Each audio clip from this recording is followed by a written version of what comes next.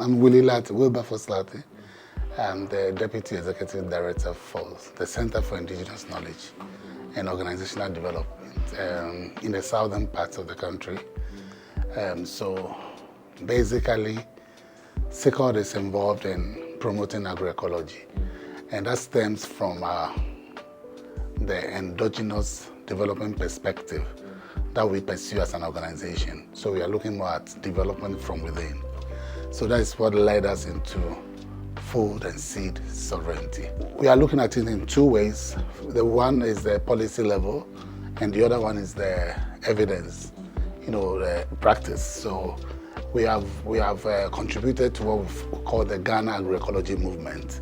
So identified CSOs, involved in promoting agroecology, and we come together. We have formed that platform where we are ensuring that there is evidence, and then at the policy level, we've organized a couple of caravan tours.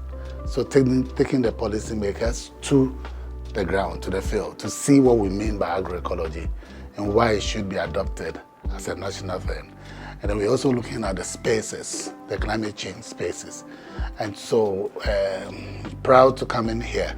We had a meeting, the agri sector CSOs who are involved in climate change.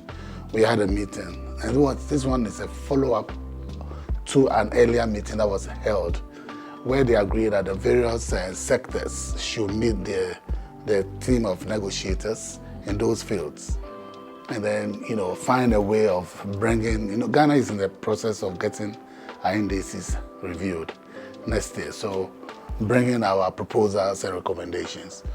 So we brought together the CSOs, and we had the lead from the agri sector negotiator leading us, letting us understand the entry points, and also for us as CSOs, how we can collate our various recommendations, and then they can now take it up. I think for me, the achievement is having a common understanding on what agroecology is, a common understanding between or among CSOs and the policy people, the Ministry of Agriculture, letting them understand, for us to understand that when we say agroecology, what do we mean? And also for us to also appreciate where they are coming from, because they have broad objective areas, and how do we fit into that one?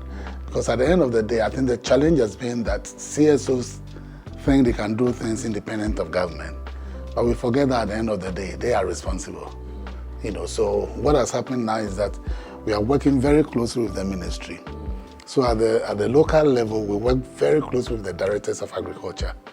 We have the zonal agroecology platforms, and they are featuring very much into it.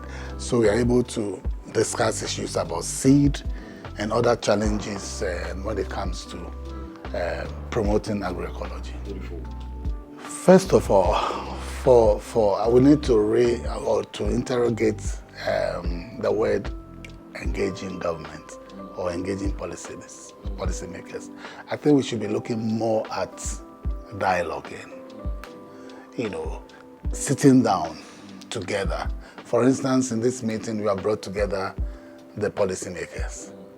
So we dialogue, we go back and forth, but we agree on common positions where we can advocate. Because at the end of the day, we have a mandate as CSOs, but they also have a mandate as government. And I think we need to understand each other and see how we can work together.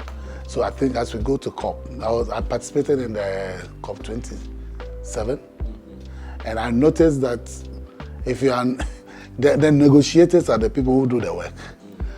And the earlier we learn to work with them and get our dialogue with them and get our, our issues up, with them, the better it is for us. So I look forward to forging greater, collaboration with the government negotiators. Yeah.